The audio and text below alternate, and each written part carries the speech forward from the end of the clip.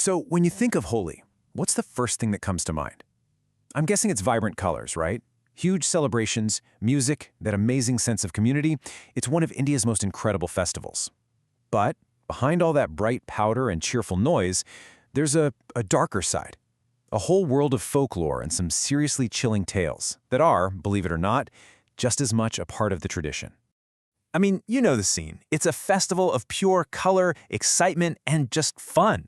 You've got people out on the streets, covering friends, family, even total strangers in these brilliant shades of red and blue and yellow. It's really a beautiful symbol of good triumphing over evil, a time for forgiveness and for starting fresh.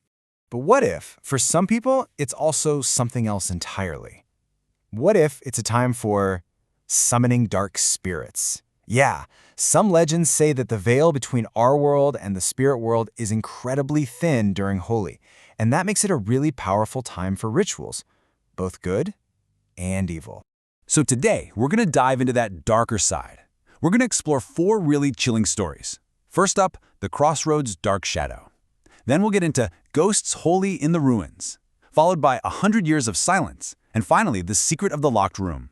And at the end, we'll try to figure out, why do these stories still scare us so much? Okay, our first story is about a young woman named Preeti. She was pregnant and she had just moved back to her mother's house for the last few months of her pregnancy, which happened to be right before Holi. Little did she know, her life was about to take an absolutely terrifying turn. So the trouble started at a crossroads right near her home. In folklore, those places are always seen as unstable, places where the spirit world can kind of bleed into ours. And she, completely by accident, stepped on an offering, a little flower lamp that was probably left there for some kind of black magic ritual. She didn't think anything of it and went home. But the second she crossed the threshold of her house, this powerful shock just ran through her body. And that night, she was violently thrown to the floor by a force she couldn't see. An unwanted shadow had attached itself to her. And get this, the very next day, during the actual Holi celebrations, things got even crazier. Preeti was out with 3 old friends when this 4th guy, someone she didn't recognize, walks up and starts smearing color on her face, really aggressively. She screamed and pushed him away, but her friends were just confused. They looked at her like she was insane, insisting there was no 4th man with them. And what's even more chilling? A video someone took at that exact moment shows Preeti standing completely alone, with color just appearing on her cheeks as if an invisible hand was putting it there. That evening, her mother found Preeti levitating over her bed. Absolutely terrified, she called a tantric, a kind of spiritual healer.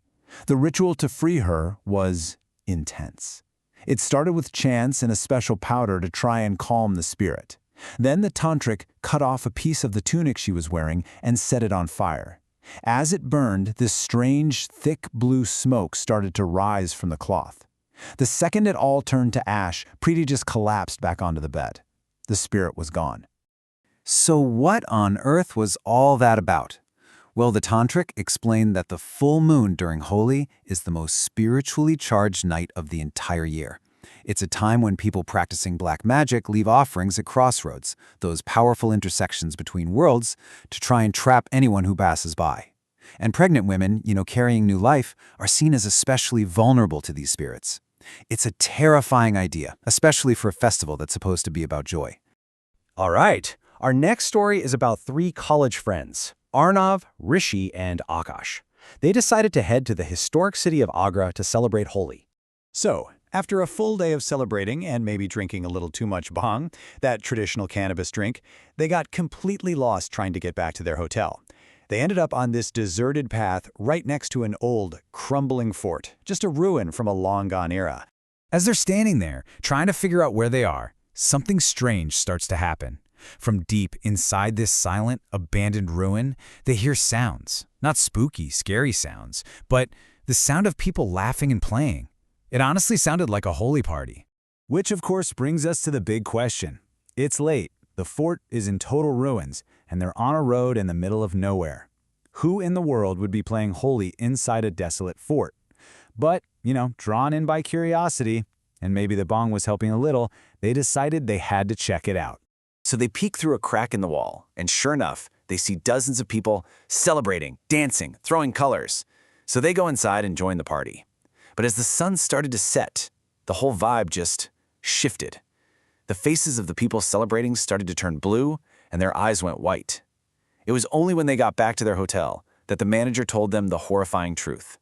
Centuries ago, villagers celebrating Holi in that very fort were trapped and burned alive during a Mughal attack. And now, every year on Holi, their spirits are said to reenact their last tragic celebration. For our third story, we're heading to the village of Durgapur in Jharkhand. This place is bound by a curse that's a century old. And this isn't just about one haunting, we're talking about an entire community that lives in constant fear. Get this, in the village of Durgapur, Holi has not been celebrated for 100 years. While the rest of India explodes in a riot of color, this one village falls into this deep, unsettling silence. So, why the silence? Well, it all goes back to a curse. About 100 years ago, the local king's son died on the day of Holi. The king was so overwhelmed with grief that he banned the festival entirely. A couple of years later, he actually took his own life on Holi. The very next year, a terrible famine hit the village. The villagers decided the day itself was cursed and that the king's vengeful ghost now haunts Durgapur, ready to punish anyone who dares defy his ban. And look, this isn't just some dusty old legend they tell kids. The fear there is very, very real. Years ago, a newcomer to the village refused to believe the stories and tried to celebrate Holi anyway. He was supposedly dragged away by the king's ghost and thrown into a ravine. As the story goes, that man was never seen in the village again. And his disappearance basically cemented that curse for generations to come. All right, for our final story, the horror gets way more personal, way more intimate. This is the story of Rohan, a young orphan, and a terrible secret that was hidden deep within the walls of his new home.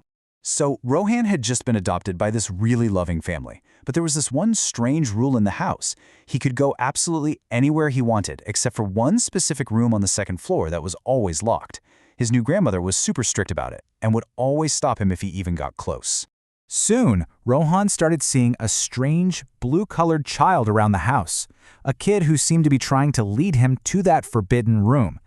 One night, he snuck upstairs, and the spirit of this child entered his body. And that's when the shocking truth came out. The spirit possessing Rohan was the family's first son, who had mysteriously disappeared 5 years earlier on the day of Holi. And then came the final, gut-wrenching revelation. Speaking through Rohan's mouth, the spirit revealed exactly what had happened. His grandmother worshipped the devil and had killed him on the day of Holi. She murdered her own grandson as part of a satanic ritual. In one final, terrifying act of vengeance, the spirit caused the grandmother to die of sheer fright right there on the spot, before leaving Rohan's body. The family, horrified beyond words, fled the house and never came back. Wow. So after hearing those 4 chilling tales, you really have to ask, why do these stories persist? What is it about a festival that's supposed to be all about joy that makes it such a perfect setting for horror? Well, it seems like each story taps into a really deep primal fear. Preeti's story, that's all about the fear of those in-between places, like crossroads, where the rules of our world don't seem to apply. The story of the 3 friends plays on our fear of being isolated in places haunted by tragedy, where the past never really dies.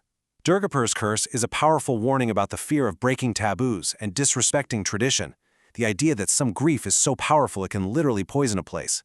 And Rohan's story, well, that taps into the most unsettling fear of all, that the greatest evil isn't some monster outside, but it's hidden right there inside your own home, behind the face of someone you trust.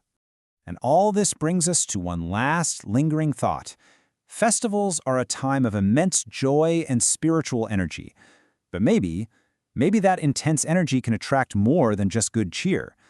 These stories suggest that there's a really thin line between the sacred and the profane, between celebration and superstition.